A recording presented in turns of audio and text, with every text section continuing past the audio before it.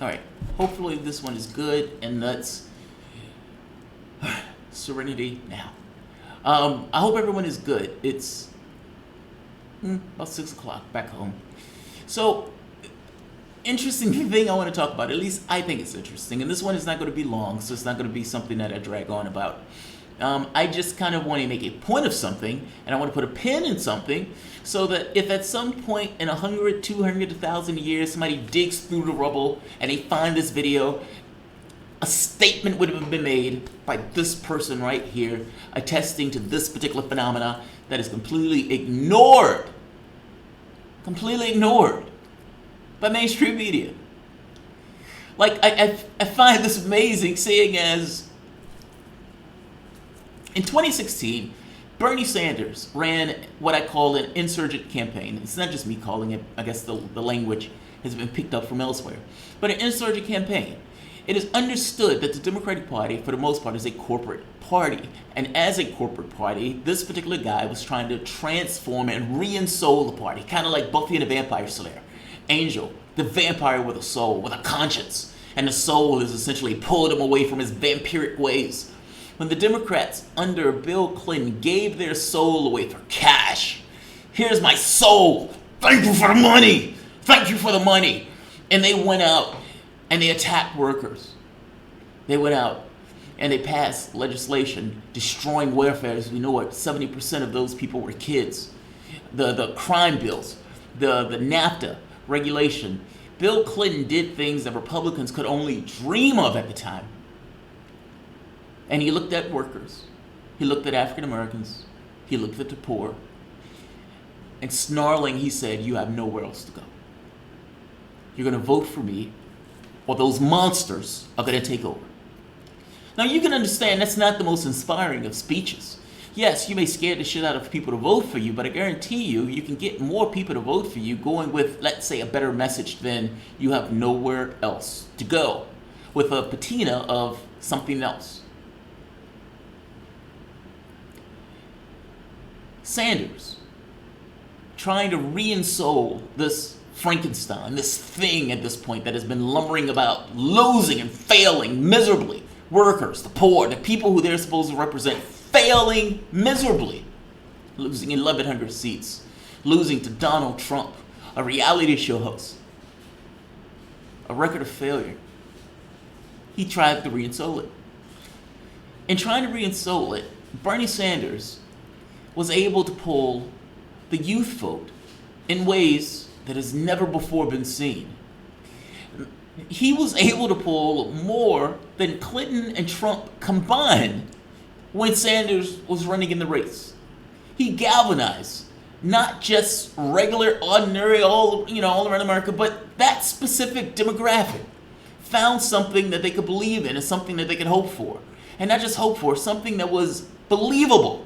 Meaning the guy that was in front of the line, that was running the charge for that was trying to re-ensoul the party, that had the soul in the jar, and was, get in there. That guy. He was earnest. They believed him.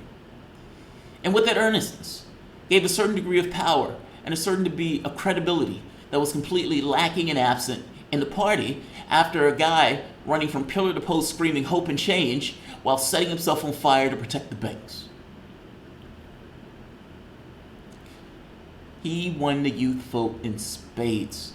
And just so you can see what I mean by winning the youth vote in spades,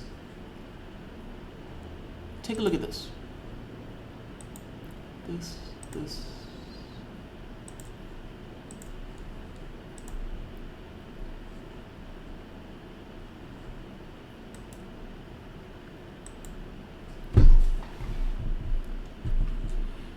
Washington Post. Let's go to establishment media. Democracy dies in the darkness. I don't think so. I think democracy dies in the light of day, personally. On the pages of things like the Washington Post at times. More young people voted for Trump than Bernie Sanders and Trump and Clinton combined by a lot. It's hard to overemphasize how completely and utterly Bernie Sanders dominated the youth vote to this point in the 2016 presidential campaign. While Hillary Clinton dominated him among older voters, he dominated her right back among younger voters, even winning more than 80% of the votes in some of the states against no less than the eventual Democratic nominee. Think about that. 80% of the people who are going to be voting when Hillary Clinton's people have been dead and gone for decades came out and voted for their future, and they voted Bernie Sanders. 80% of the youth, like, that number is mind-blowing. That's such an overwhelming thing. That's like the black vote for Obama to some degree. That is a magnificent number of people to vote, but they continue. That's how they start the article, so I love it. But this fact might say it better than any. In the 2016 campaign, Sanders won more votes among the under age of 30 than the two presumptive major party presidential nominees combined, and it wasn't even close. Just so you can see, this is Clinton's little tiny stack. Trump even got more than Clinton, and this is Bernie fucking Sanders. Bernie Sanders. Jamarl, why are you showing us this? Why are you rehashing stuff that took place in the past? Why? You know I have a reason. Look at this. This is mainstream media. Mainstream media is perturbed by something. They've been in the bag for Donald Trump. And at least I think so. I mean, I'm not in the bag for him. They've been attacking Donald Trump relentlessly, especially mainstream media outlets. And you can imagine that they're asking people, or some of the stories that are coming up are dealing with voting. Now, they go to a California college campus. And at this California college campus, they see a bunch of kids sitting on a bench, and they ask the question, how many of you are going to vote? How many of you are going to vote? This is an important election. This is an important midterms. All of these people are up for re-election. You can swing control from one side to the other in more overt terms than in many other cases. And not just that, the whole idea of the census and the whole idea of gerrymandering and all this other stuff. It's an important election. How many of you are going to put your books down, take a bus, take a car, take an Uber, take something, pull finger, pull lever, whatever you do, how many of you are going to do it? Look at this. Look at this. I love this. I love this.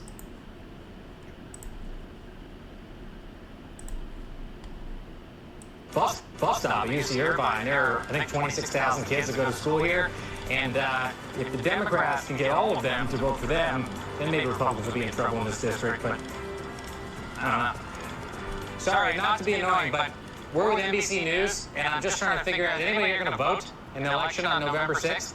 Anybody? Crickets. Anybody? Complete and utter crickets. He finds one person and he talks to that person, but for the most part, crickets. The entire line of people are like, what? They couldn't be bothered. Here's the thing. It's not apathy. Bernie Sanders winning that youth vote to that degree blows away this idea. Any notion, if there was any notion where you can say that the youth were completely apathetic about the political process, the 2016 campaign completely obliterated that notion. They just need something to vote for. The Sam Cedars of the world, the David Packmans of the world, they're so busy attacking voters for not voting for Hillary Clinton, they kind of missed the point of why those people didn't vote for Hillary Clinton. And even the secondary question of, should they? The response that those kids had, and I can say kid, I'm 41 years old, is perfectly natural if they don't necessarily believe that anything that takes place in the political process deals with them. Now that would be something of a myth. That's not necessarily true. But the fact is, if the political parties that are there today are not representing the things that these kids want, nor are putting forward this kind of bold change that these kids expect in their country, what's the point? It is not wrong for those kids to be apathetic in this case, but those kids are not apathetic just because they're apathetic. They're apathetic because of the environment around them are not giving them anything to wish for, to hope for, to vote for. They're there for the taking. You just have to go get their vote. And up to this point, clearly, no one has gone to get their vote. Bernie Sanders won that vote. Just to put it in context, Sanders is beating Obama's 2008 youth vote record. Mind-blowing.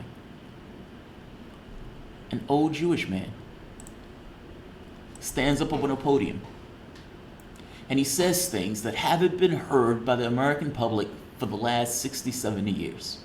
Scrubbed away by Cold War rhetoric that was able to be used to attack the left and silence opposition and put a bar on the door for anything outside of the Democratic Party as being the outlet for rage and frustration. Well, what happens when that rage and frustration gets tamped down? Because the party that's supposed to be the release valve for that becomes a corporate party, and you end up with two Republican parties, with one Republican Party going off the fucking deep end and being insane. Sanders got up there and said the most truest things anybody can hear. We have enough resources in this country to make sure everyone has health care. I like what that guy's saying. We have enough resources to make sure that our students, 21 years old in America, are not hit with $50,000, $60,000 of debt for the temerity of getting an education. And if they are hit with that debt, what are the consequences of that? How often do those people get married with that level of debt? What about getting a house? What about just basic human life of not having a debt of $50,000 over your back? I mean, think about this for the moment. We are spending $1 trillion a year on the military, but we also turn around and say we don't have the money to make sure our kids can go to school without incurring this kind of debt peonage of indentured servitude. Yes, you can choose your plantation, but you're going to have to work a plantation, and you're going to have to work that off for the next 60, 70 years. I guess my point is this.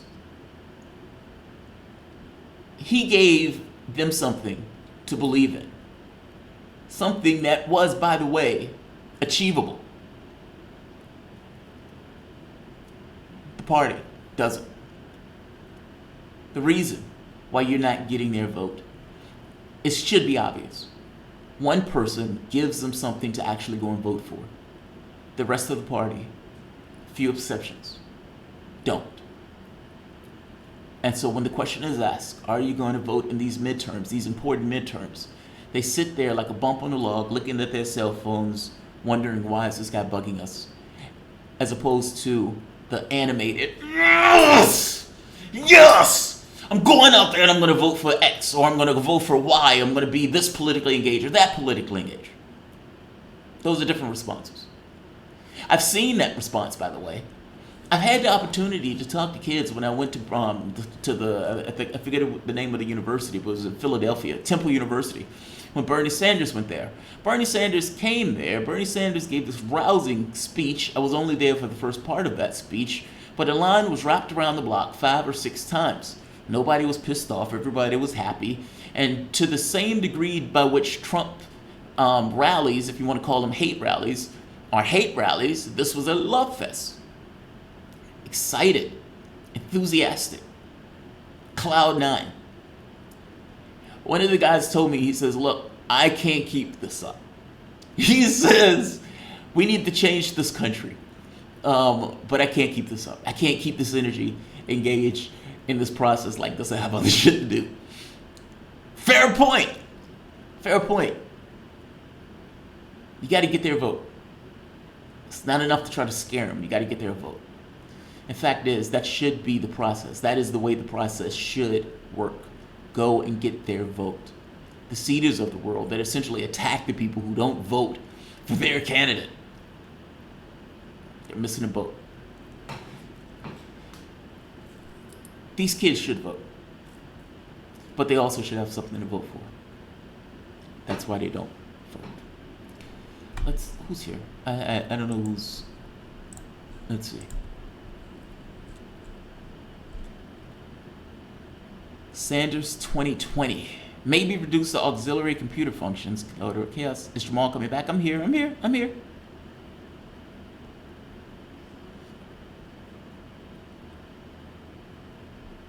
Let's see. Anti-union. Tim Kaine, right, and they chose Tim Kaine. You might want to check out Bernard Foster. Hello, fellow Democrats. Are you voting Clinton or with a sheep put in? Bernard Foster. I love that. That's funny. Let's see. Please donate to Ben Jealous. We need him. Ben Jealous, if I'm not mistaken, is running in Maryland. He's running in Maryland. Pop Reality. Vote for what? So the DNC can hack the election? I think that's kind of the point that I'm getting at here. That's kind of the point I'm getting at. We must take our party back. We must take that party back. It's ours. I love that rhetoric. I just don't know how it's accomplished. I mean, I understand the scenario to which you're presented with. The other parties have been eliminated. Unions decimated. The movements that held the Democratic Party accountable have floundered. And not just floundered, you're in this odd situation where it's understood that if there is any change to the order of things, especially if there's a real push to change the order of things, that would go through the process of a Democrat potentially losing, meaning Trump. The reason I say that is that the way it's organized, or the way it seems to be arranged at this point, is this idea of you have nowhere else to go. That seems to be the argument. The argument is not fully and completely wrong. You don't necessarily have anywhere else to go. By the same token, you can't necessarily continue to play by that rule set that allows the Democratic Party to drift further and further to the right, the one concentration camp less mentality. I'll vote for this guy because this guy is building one concentration camp less. I'll vote for that guy because that guy is now building 2 concentration camps less. Forget the fact that you've now built 10 additional concentration camps. Needs to stop at some point. And at some point you start to say no. You start to say no. And when it fails, you get the opportunity to change it and you get something else. It's not necessarily the greatest solution in the world, but I don't necessarily know what other rock you have at your disposal to throw. Whether or not you can take the party back truly, I have no idea. I'm skeptical, personally. It is the current leadership, but it's not the party, and if they get no donations, they will lose even that. It is the party. I'm sorry, at this point, it is the party. I mean, this is the party that was putting its thumb on progressive throughout the United States, creating hit lists, literally attacking lefties throughout the country. In one case, Steny Hoyer telling a guy to get out the race. That's the party that you're talking about. Now, this idea of boarding the ship, how do you board the ship in this case? How? How do you board the ship?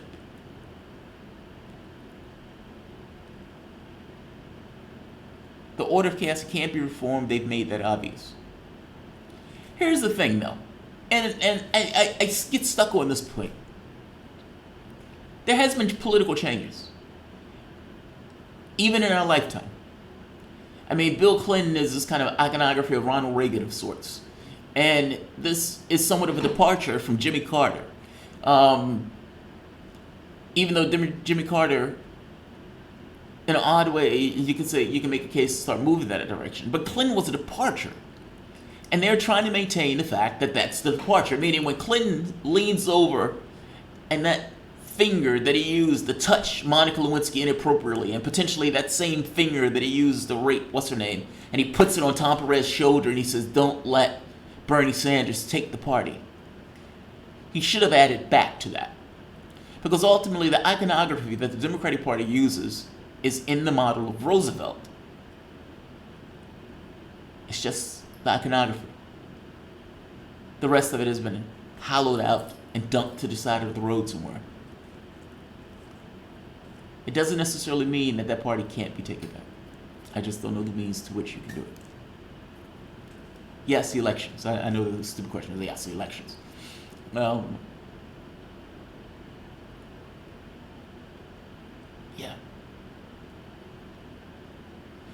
All right.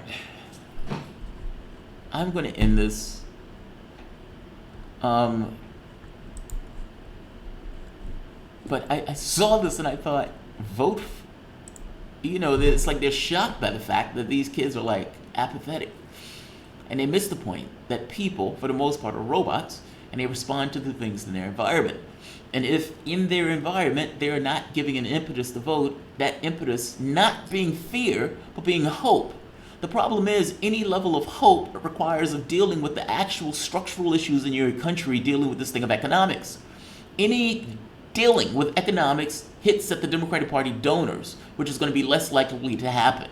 So you can get fear, meaning these other guys are maniacs, but you can never get, we're going to change it. We're going to change it means doing something else. That's doing something different. You can't get that. And if you can't get that, then these kids are not necessarily insane for saying, fuck it. Just saying. The issue here is not purely an individual thing. The issue here is the thing for the environment itself. The individual is not necessarily completely separate and distinct from the environment to which these people inhabit. That's with anybody. Sanders destroys the notion that they're apathetic just because they're apathetic. More so, they're apathetic because they're not given any reason to not be that way. I think that's the more honest truth of it all. You can wag your finger at these kids, but at the end of the day, you need to wag the finger at the people who are not giving these kids some reason to get their ass out and go support. So, all right, guys, I'll end this here. If you guys enjoy the content, please feel free to share, like, subscribe. You can always support the Patreon.